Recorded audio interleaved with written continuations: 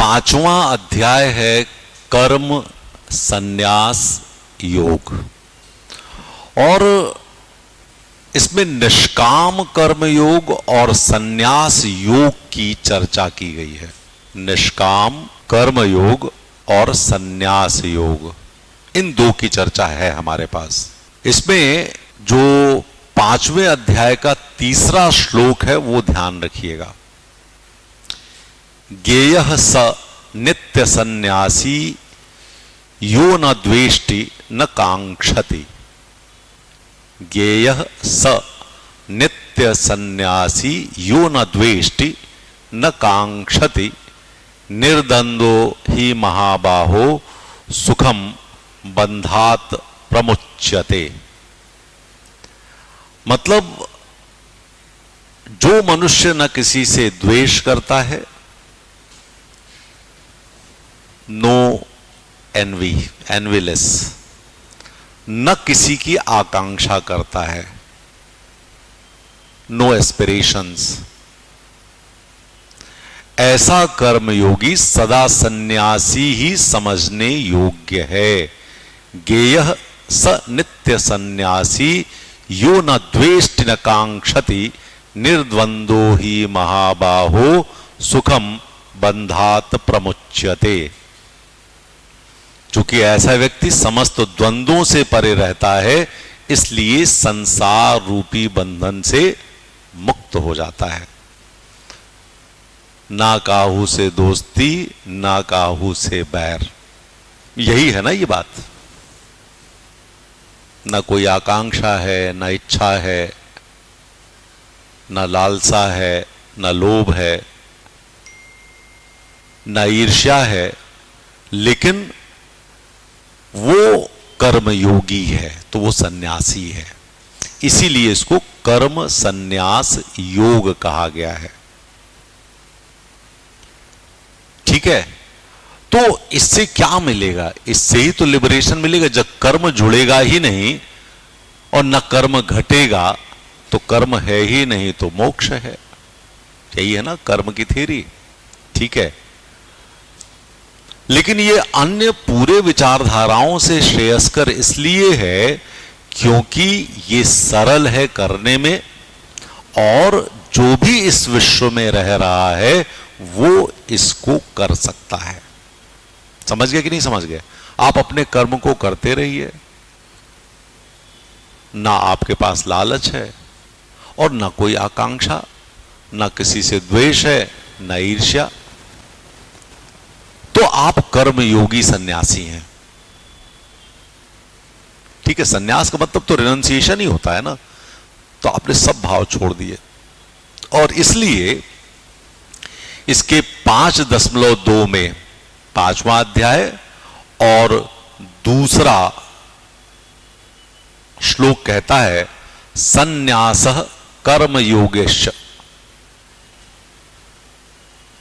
निःश्रेयस्करातुभौ, निःश्रेयस्करातुभौ तयोस्तु कर्म संन्यासात् कर्मयोगो विशिष्यते। तो कहते हैं संन्यासः कर्मयोगश्च निःश्रेयस्करातुभौ। तो क्या कह रहे हैं कि कार्यों का रिनंसिएशन, छोड़ना, त्याग, और योग ऑफ एक्शन, कार्यों का योग, दोनों ही उच्चतम मार्ग प्रशस्त करते हैं। लेकिन इसमें कर्म योग इन दोनों से बेहतर है, रिनंसिएशन ऑफ एक्शन से बेहतर है योग ऑफ एक्शन। कर्म का योग संन्यास योग से बेहतर है, क्योंकि कर्म संन्यास योग में जब आप संन्यास धारण कर लेते हो, कर्म में भी संन्यास होता है, ये बात वो कह रहे हैं। इसका मतलब क्या हुआ? इसका मतलब यह हुआ कि आप विश्व के उत्तरदायित्वों को छोड़ नहीं सकते हो। यदि आपने विवाह किया है तो उसका उत्तरदायित्व है।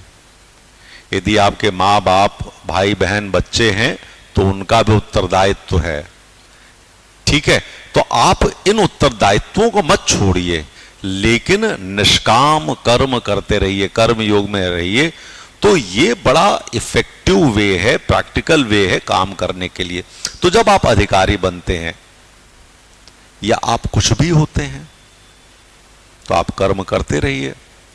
तो आपके पास आ गया तो इससे बढ़िया भाव कोई नहीं है। तुम ऐसे सोचो कि तुम्हें खाने के लिए कितना चाहिए, पहनने के लिए कितना चाहिए, रहने के लिए कितना चाहिए, और तुम वो बताओ जितने लोग अभी तक अपने आप को समझते थे कि वो विश्व विजेता हैं, उनसे बड़ा कुछ नहीं हो सकता, पूरे संसार का भार उनके कंधों पर है और ये संसार, ये परिवार, ये समाज, ये देश उनके बिना चलेगा ही नहीं, वो या तो कब्रिस्तान में अब दिखते हैं या शमशान में जल चुके हैं, फिर भी ये देश चल रहा है, फिर भी ये जीवन चल रहा है, फिर भी ये विश्व चल रहा है। तुम्हारी सुंदरता कितने दिनों की है? तुम कितने दिन सुंदर रहोगे? जो बड़े बड़े पहलवान थे वो भी मर गए, कितना शरीर चलेगा, कितना साथ देगा? तो at last you have to think like a selfless karma yogi. तो जब तक तुम्हारे अंदर ये सेल्फलेस कर्म योगी का भाव नहीं है तब तक तुम्हारा काम नहीं चलेगा, ये ध्यान रखना। समझ गया कि नहीं समझ गए? और इसीलिए वो ये कहते हैं कि yoga of action is superior, जो उन्होंने 5:2 में दिया हुआ है। और इसी तरह से सफलता और असफलता में संभाव होना चाहिए, यही तो कह रहे हैं वो। ये 20वां श्लोक है 5वें अध्याय का। आप सफल हो रहे हो, असफल हो रहे हो, संभाव है। सूरज जब उगता है तो भी लाल होता है और जब डूबता है तब भी लाल होता है, उसमें फर्क नहीं है, वो जैसा है वैसा ही है। न प्रहिस्प्रेत प्रियम प्राप्य नो द्विजेत प्राप्य चाप्रियम स्थिर बुद्धिर सम्मूढ़ो ब्रह्मविद ब्रह्मणी स्थिति। ठीक है ना? तो जो बाहरी सुखों से और न बाहरी दुखों से जुड़ाव रखता है, निष्प्रिय है। ठीक है? जो सफलता और असफलता में स्थिर बुद्धि रखता है और जो अपने आप को समझता है वही ब्रह्म को समझता है, वही अंतिम सत्य को समझता है। और इसलिए यदि हम इसको सिविल सर्विसेज के पर्सपेक्टिव में देखें तो this is known as ethical living, नैतिक जीवन।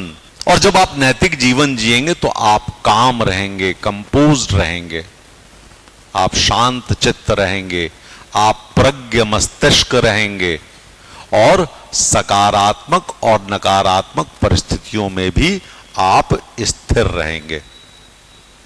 ठीक है? तो it is asking about inner stability. बाहर कुछ भी हो रहा हो, आंतरिक भाव आपका स्थिर होना चाहिए। ये बात गीता का 5वां अध्याय कर्म संन्यास योग कहता है और इसीलिए सेल्फलेस एक्शन की बात करता है ये। और ये 10वां श्लोक है 5वां अध्याय का, ब्रह्मण्याध्याय कर्माणि संग त्यक्त्वा करोति यः। ब्रह्मणाध्याय कर्माणि संग त्यक्त्वा करोति यः लिप्यते न स पापेन पद्मपत्र मिवाभ्यसा। मतलब जो अपने कर्तव्यों को करता है और अपने सारे कर्मों को ईश्वर के हाथों में सौंप देता है और जो बिना फल की कामना से काम कर रहा होता है, वो ऐसे कमल के फूल की तरह से है जो पानी में रह करके भी उस पर पानी नहीं ठहरता है। तो जो विषय वासनाएं हैं वो हमारे ऊपर तब भार नहीं डालेंगी, तब हमको अपने अंदर नहीं चिपकाएंगी, चिपटाएंगी, हमसे अटैच होंगी जब हम अपना जो भी करते हैं वो ईश्वर को सौंपते चलते हैं। यही है ना। तो बेसिकली हमारा डिटैचमेंट इन एक्शन होना चाहिए। क्या होना चाहिए? Detachment in action. जब हमारे एक्शंस हायर पर्पज के लिए होते हैं, मैंने फिर बोला हूं टेलीलॉजिकल है, ये टेलीलॉजिकल है कि हमारे कार्यों का दूरगामी परिणाम बेहतर होना चाहिए। सर्वे भवन्तु सुखिनः का भाव होना चाहिए। ठीक है, तो उसके नकारात्मक परिणाम नहीं होते हैं। और इसीलिए 24वें श्लोक में वो कहते हैं कि जो अंदर से खुश है, योऽन्त सुखः अंतरात्मा स्थात ज्योतिरेव व स योगी ब्रह्म निर्वाणम ब्रह्म भूतोधिगच्छति। जो अंदर से खुश है और जो अंदर से प्रकाशित है, वही ब्रह्म का मोक्ष प्राप्त करता है। तो बेसिकली वो क्या कहना चाह रहे हैं?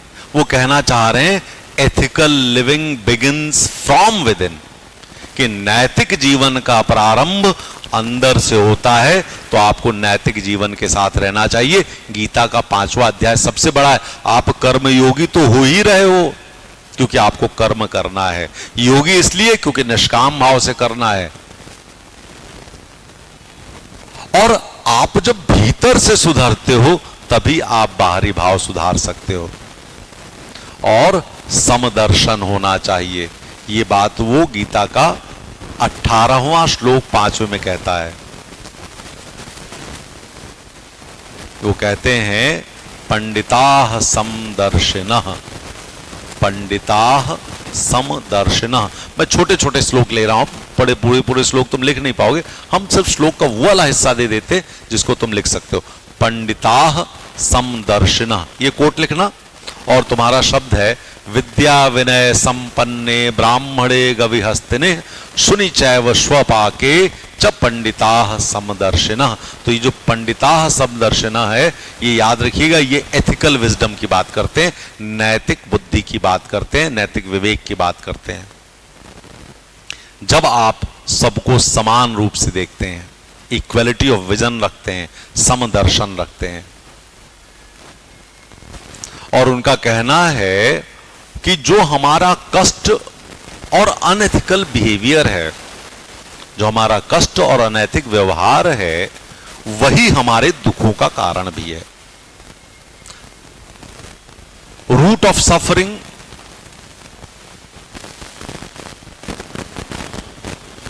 is the attachment to desires.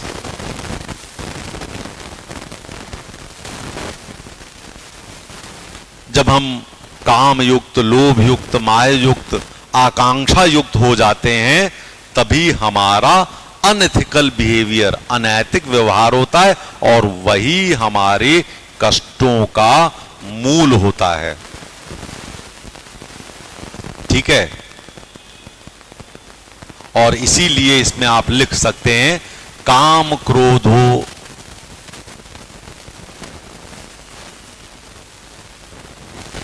काम क्रोधोद्भवम वेगम, काम क्रोधोद्भवम वेगः सयुक्तः स सुखी नरः। जो डिजायर और एंगर से दूर हो जाए वही इस जीवन में सुखी है। तो बेसिकली क्या कह रहे हैं कृष्ण? वो आपको कह रहे हैं जो आज की प्रशासनिक सेवा में जा रहे हैं कि free from anger, desire and maintain self control. आत्मनियंत्रण कीजिए, क्रोध और काम से दूर रहिए। यही आपका नैतिक व्यवहार है।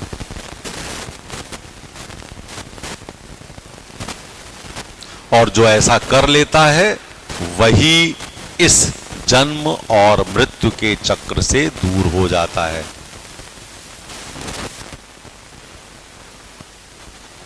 ये हमारा 5वां चैप्टर खत्म होता है। बेसिकली वो कह रहे हैं अटैचमेंट नहीं होना चाहिए, पॉइंट्स लिख लो। Attachment free ethical living, attachment free ethical living, balance between action and renunciation, कर्म संन्यास के बीच संतुलन, और आंतरिक शांति और प्रज्ञा, ये इस कर्म संन्यास योग के लक्षण हैं। मतलब कर्मों का संन्यास अर्थात मन, इंद्रिय और शरीर द्वारा होने वाले संपूर्ण कर्मों में कर्तापन का त्याग, कि हम ये कर रहे हैं, इसका त्याग कर दो, हम ये कर रहे हैं। और निष्काम कर्म योग मतलब फलासक्ति त्याग कर, कि फल प्राप्त करना है इसकी आसक्ति को त्याग कर केवल भगवान के लिए करना है। ये दोनों ही अच्छे हैं, लेकिन इसमें जो निष्काम कर्म योग है, निष्काम कर्म योग ये श्रेष्ठ है। यही बात भगवान श्री कृष्ण पंचम अध्याय में कह रहे हैं, ये आप ध्यान रखिएगा। अब एक क्वेश्चन देना पड़ेगा मुझे। Given brief the teachings of first 5 chapters of Gita,